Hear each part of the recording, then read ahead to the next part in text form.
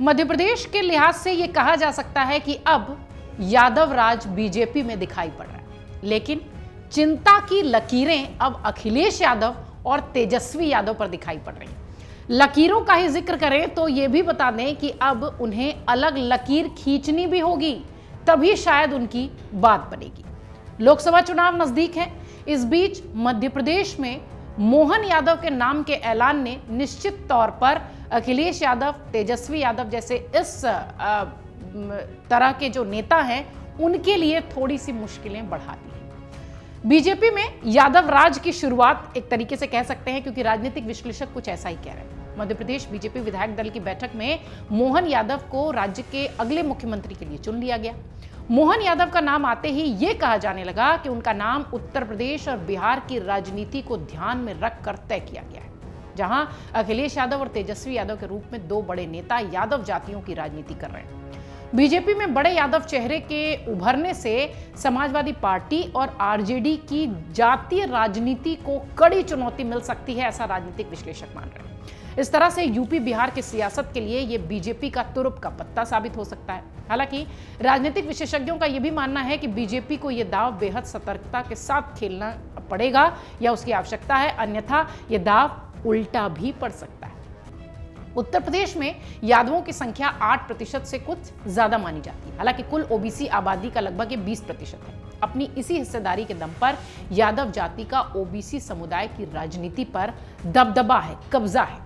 इसी तरह बिहार में यादव समाज की बात करें तो इनकी हिस्सेदारी आती है 14.26%, लगभग 14.5 के आसपास। इसी जातीय समीकरण के दम पर लालू यादव बिहार में ओबीसी समुदाय के बड़े नेता बनकर उभरे भी थे और आज तक उनकी पार्टी का एक अलग राज है, सरकार हो या ना हो। काफी कोशिशों के बाद भी बीजेपी यूपी बिहार की यादव जातियों की राजनीति में सेंध नहीं लगा पा रही थी, इसमें कोई संदेह नहीं है। लेकिन मोहन यादव को मध्य प्रदेश की कमान सौंपकर इन राज्यों के मतदाताओं को, खासतौर से यादव मतदाताओं को एक बड़ा संकेत देने की कोशिश बीजेपी ने की है। इसी वोट बैंक को साधने के लिए अगले लोकसभा चुनाव में मोहन यादव यूपी बिहार के यादव बाहुल्य इलाकों में बीजेपी के लिए चुनाव प्रचार करते भी दिख सकते हैं। इसका लाभ उन्हें कितना मिलेगा यह तो कहने वाली बात होगी, परिणाम वाली बात होगी, लेकिन हां, निश्चित तौर पर स्ट्रैटेजी कुछ ऐसी ही बनेगी। सपा और राजद यानी समाजवादी पार्टी और आरजेडी के लिए यादव वोट बैंक एक ठोस आधार के रूप में काम करता है। लेकिन इसी के साथ इस पूरे मामले का एक पहलू यह भी है कि ये जो वोट बैंक है उनकी राजनीतिक सीमाओं को सिकोड़ने वाला भी ये साबित होगा।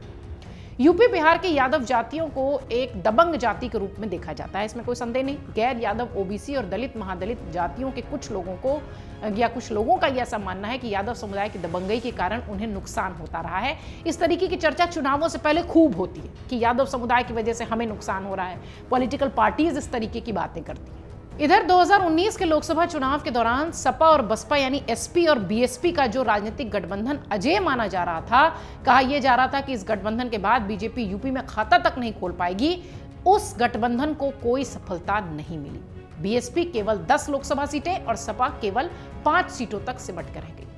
चुनाव के विश्लेषण से पता चला कि एसपी बीएसपी के नेताओं ने आपस में गठबंधन कर लिया, लेकिन दोनों ही पार्टियों के कार्यकर्ता और मतदाताओं ने इस गठबंधन को स्वीकार नहीं किया। दोनों ही दलों के वोट बैंक एक दूसरे को शिफ्ट नहीं हुए, इस कारण इन दलों को इस गठबंधन का कोई लाभ नहीं हुआ। यानी एसपी बीएसपी साथ आई थी तो उससे पार्टी को कोई लाभ नहीं हुआ। राजनीतिक सामाजिक विश्लेषक धीरेन्द्र कुमार से हमने बातचीत की। उन्होंने कहा कि एक नेता को मुख्यमंत्री बना देने से किसी जाति के वोट पूरी तरह से दूसरे दल को ट्रांसफर नहीं होते, लेकिन इसका एक संदेश देकर राजनीतिक दल कुछ लाभ लेने की कोशिश जरूर कर सकते हैं। इसलिए हो सकता हो कि बीजेपी को लोकसभा चुनाव में इसका लाभ मिले। पहले बीजेपी ने गैर यादव ओबीसी और गैर जाटव दलित को अपने खेमे के साथ जोड़ा। उन्हें यह बताया गया कि ये दोनों दबंग जातियां उनका हक छीन लेती हैं, जिससे उन्हें आरक्षण में लाभ नहीं मिल पाता। अब बीजेपी स्वयं ही यादव जाति को साधने की कोशिश कर रही है, तो इससे इन जातियों के उससे बिदकने का खतरा भी बढ़ सकता है। यानी ये 50-50 का मामला है। हो सकता हो ये दाव सही भी साबित हो जाए और हो सकता हो उल्टा भी पड़ जाए। बीजेपी को दूसरी जातियों को जोड़ने के समय इन जातियों की भावनाओं का भी ध्यान रखना होगा, अन्यथा उसका दाव उल्टा पड़ सकता है। जैसा कि अभी हमने कहा, राजनीतिक विश्लेषक भी यही मानते हैं।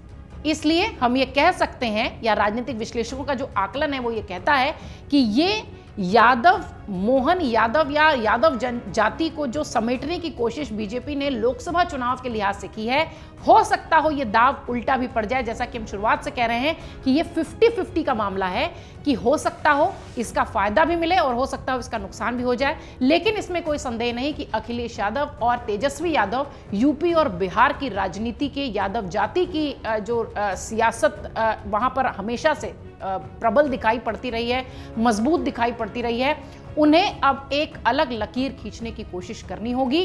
क्योंकि हो सकता हो अगर बीजेपी का ये दाव सही लग गया तो बहुत भारी नुकसान अखिलेश यादव और तेजस्वी यादव को अपनी सियासी जमीन में उठाना पड़ सकता है।